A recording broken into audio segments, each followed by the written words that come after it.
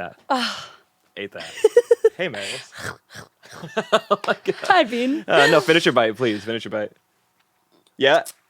Yeah. Thank How you. are you? Oh, I'm so well, thank you. How are you? I'm great. It's been Good. so awesome to hear you. Thank you. You come so highly recommended. Oh, no way. Yeah, we have many a mutual friend, actually, Wow. which is cool. The Melt people. Yes, love Melt. Couch. Couch Instagram mutuals. Instagram Don't know if mutuals. I've ever met them in person, but I have like an acorn brain. So like I meet people and I learn their names and then I know their faces, but I forget names. Yes, so. heard. Couch people love their music. Yeah. Love their Instagram, but Love Acorn Brain. sometimes A new side project. Yeah. Where are you from? Montana. Montana. Where in Yes. Montana? Missoula. Missoula. Yes. Have you been? No. Oh, okay. You're just pandering. Okay, cool. I am. Like a full pander. It's a full pander. What's the music scene like there? Tell me. There's a lot of beautiful musicians. It's definitely more folk. Okay. Missoula's it's a college town, and it's kind of like a little hippie bubble in like kind of a big red state. So it's a lot of like kind of folk, and there is actually quite a beautiful queer scene like now in Missoula.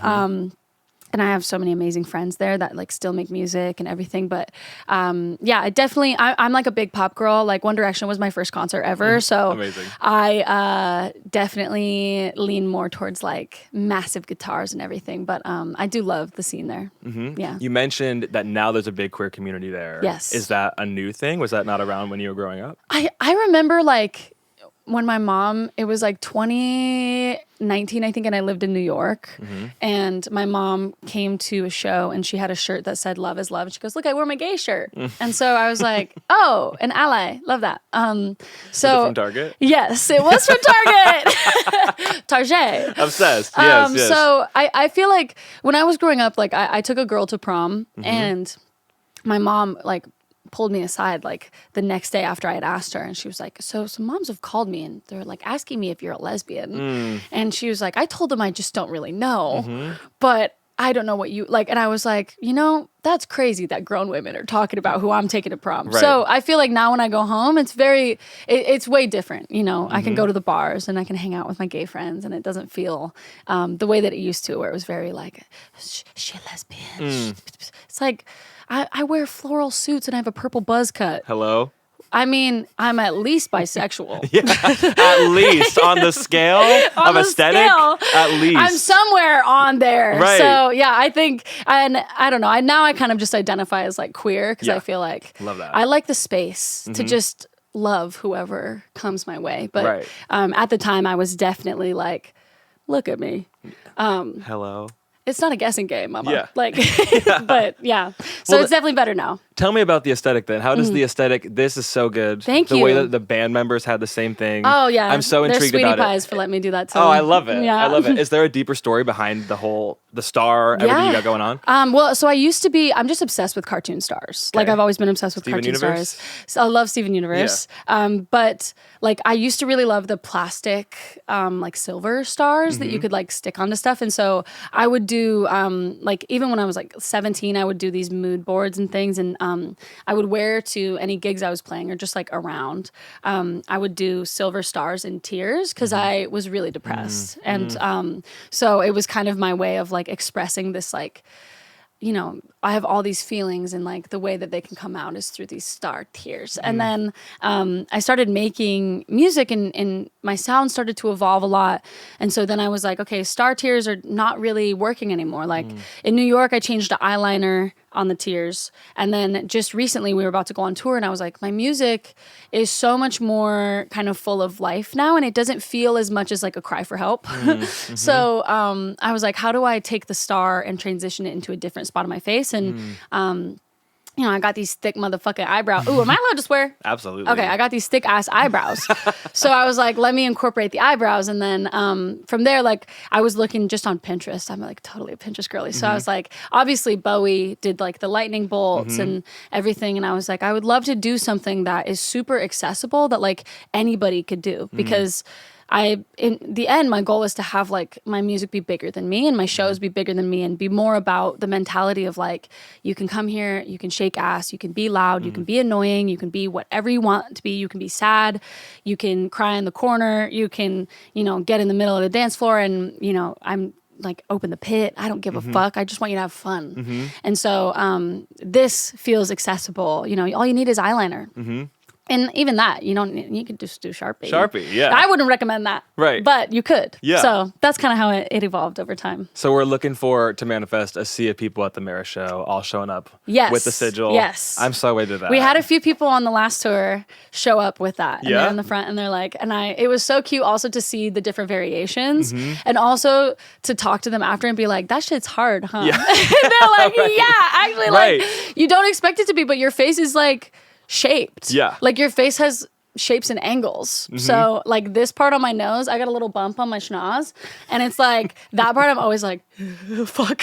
No, doing you crush but it. It's Thank so you. good. It's so Are good. you going to come to the show? I believe we play LA April 4th. Yeah, I'll be there. Okay, and I Sure. can do your stuff for you. I would love that. I Cute. would have done one Okay. for the interview if I knew. Oh my God. Okay, next time. Next time. Yeah, we got it. Your queerness seems so inherent to you. Oh, like thank not you. something that you.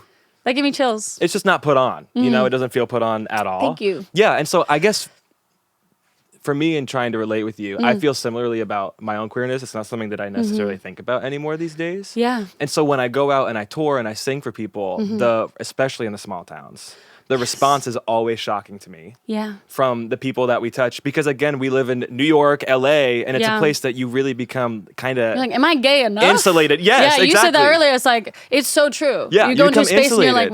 wait, do I need to be more queer? Right. And then you go to like, I remember we were in a Carborough, North Carolina, Mm. and which I love Carborough. Like we played Cat's Cradle. That venue was amazing. Everybody was so cool. They had like trans inclusion signs on the bathrooms, and like that was amazing. But even there was people that would come up after and be like, I haven't come out yet, or like just and it's really, really special and also sad. Bittersweet, because it's like, how sweet that I could be a part of facilitating a space for you to feel like you could be yourself. How bitter that you can't be yourself in the broader world. Right. So it's complicated. I'm sure you felt the same way. Like, It's spot on. yeah, It's spot on. And there's this element of pride that's like, oh shit, I guess that I'm like low key becoming the person that I needed yes, when I was at that Totally. age. I just got chills again. Stop. But it's true. But Yeah. then it's also like It's so true. But it's like I never really set out to be that. But again, I think Yeah. that's kind of why the queerness is inherent Totally. to it. You know what I mean? Well, queerness is so much more than sexuality too. I feel like the queer people that I know are very queer in Yeah. different ways. You know what I mean? Like Yeah. even in their personalities, it's like, oh, you're a little different than maybe what is like this nuclear like model of what a person or what a woman or a man is supposed to be. It's like, and I love that for, obviously we're in a different space and time now, and we're going to have to work to get a lot of ground back. But I would love to see a world where nobody gives a fuck, who you want to fuck or whatever. Like, Right. it's just like, oh, I love your weird little outfit. Go drink an iced latte. Right, But the that's what end. it's like in LA. That is LA. Yeah. That very much is LA. Yeah. Yeah. But there's also, I think, an element of like feeling othered and feeling different before you even have sexual feelings when you're queer, especially like I'm one of 5 siblings and they're all straight up as of now. Right. So Looking at you. Safe space. Safe space. safe Siblings. space. But I feel like there was always kind of an inherent feeling of like otherness in some ways, and then I found my people, and then it turns out we're all a little queer, we're all a little fruity, and like it's like that was inherent before we even knew or had sexual feelings about anything, and so I 100%. hope that the movement goes more towards that too, because it's really not like, to me, queerness is so much more than who you're fucking. I agree. Yeah. Maybe we can start at the Mind Your Business movement. Mind your business movement. Yeah. Wait, okay, let's put that on a t-shirt. Definitely down for that. Yeah. Are you kidding? Mind your business movement. Yeah, I'm into it. And speaking of politics, Yes. I got- made this shirt 3 years ago to go to a protest. 3 years. Protect kids, not guns. And I don't know why it's a hot take, genuinely. I'm from a gun-loving family. I'm from a gun-loving state. I do not know why it's such a hot take to regulate deadly weapons and who can get their hands on them. But apparently it is. And yeah, I don't know. It really kind of sucks that this is a shirt from like 3 years ago and it's still relevant today. Have you faced pushback from your openness with your politics? I have. Yeah? I get a few comments like, you're a great performer, but I hate your commie politics. Right. I'm just like, that's so real. Like, I am a little bit commie, and that's fine. But I feel like I might get shit for saying that. We might get some bad comments on this video. That's cool. That sounds great. Let's do whatever. it. Yes. I'm at a point now. I think I used to be really sensitive to hate comments. Like, I did this video with this really amazing, like, kind of jazz vintage band called Postmodern Jukebox. I know the video. I had you know the video? You've seen it? I sure do. Yeah, of I course. had a purple buzz cut. Yeah. So many comments. Is that a boy or a girl? And I used to be in the comments like, why do you give a fuck? Like, blah, blah, blah. And now I think that like thickened my skin to a level where like now I get comments and I definitely feel that little like flick of like nervousness or anxiety maybe in my tummy. But I think now I'm way more in a position to be like, well, I believe what I said. Right. So- Easy. You click Cool. into that empathetic brain too, and you like empathize with what it needs to take somebody to comment that. Oh my God, I'm like, yeah. dang, I honestly feel worse for you. Yeah, when That's you go look wild. at their page and they have like no followers and like 0 followers, but they're following 800 people and they have no post and no profile photo. Bot. Bot, right? Yes. Bot. Yes. And then it's like, who? Actually, I don't even want to get into my little tin hat conspiracy theories, but yeah. Anyway, yeah, No. I definitely have gotten pushback. I've had a lot of conversations with my family, and now we kind of just, in a lot of ways, we just don't talk about it because we differ so much in kind of how we think things should be done. Because I think everybody wants the same things. Everybody wants agree. their family to be safe. Everybody wants to be able to love who they love. Everybody wants to be safe in public places. And everybody wants the right to say how they feel and be heard. And I think it's just we disagree on how we're getting there. But so, and also I think it's especially with guns. I have friends here that are so anti-gun at all. And I grew up very much like, my dad and I disagree about a number of things, but he has always raised us, like my siblings and I, around guns as like, this is something you respect and you fear. It stays locked up. You never touch it when you're drinking. You never touch it when, it's for a specific use. You never point it at anybody. If you're going to touch a gun, you take gun safety classes and like, you know how everything about this device. So I think I feel fortunate, honestly, to have grown up in a place that gave me so much context for, even though I don't fully enjoy that lifestyle or agree with some of those things, I feel grateful to have kind of a diversity in my thought process, I guess, in how the world is. But I don't know. I wonder how you feel. You said from Pennsylvania, rural Pennsylvania? Yeah. Okay. Yeah. I mean, low-key, I feel like I'm talking to a mirror and talking Okay. to you. Like everything you're saying is just like exactly how I feel too. It's like, If this was a mirror, I would be like, No, I'm excited. Are you kidding me? I'm like, yay.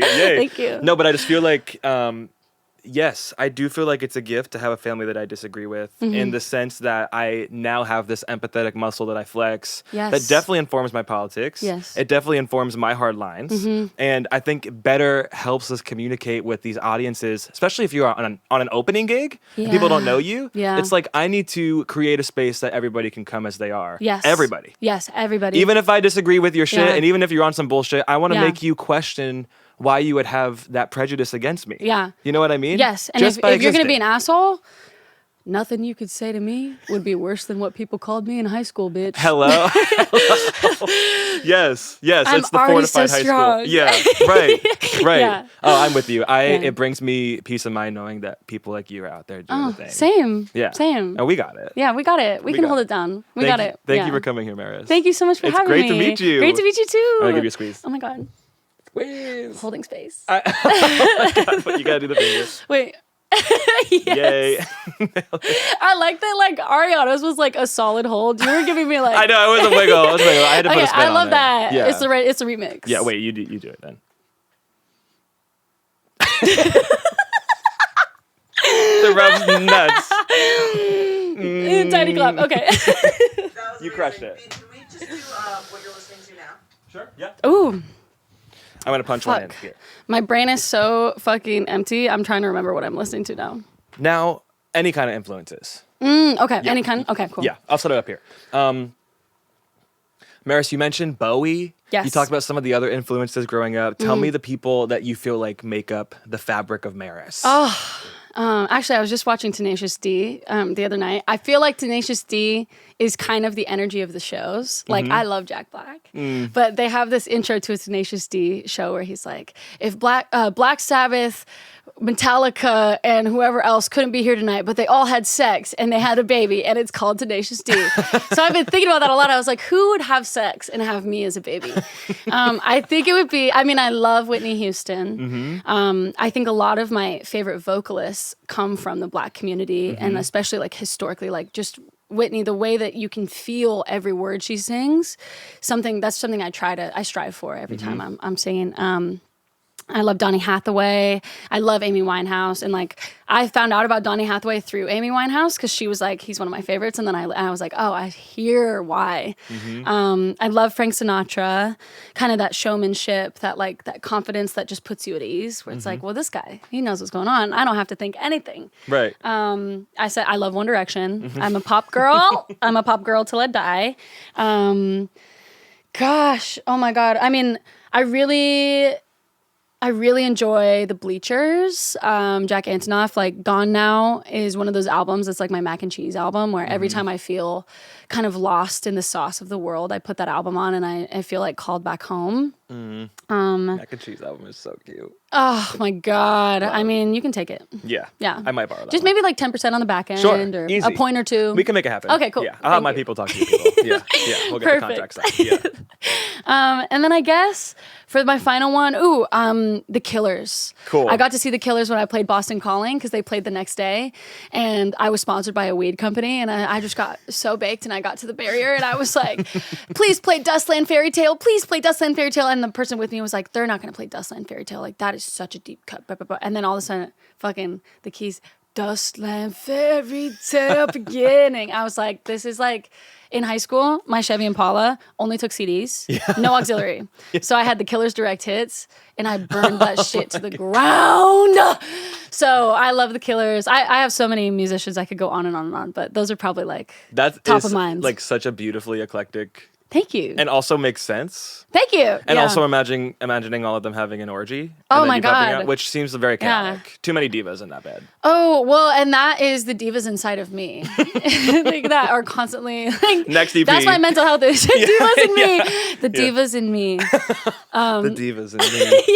The diva is in me. Yeah. And they all fight and they're all rude. I'm with you. That was great. Thank you.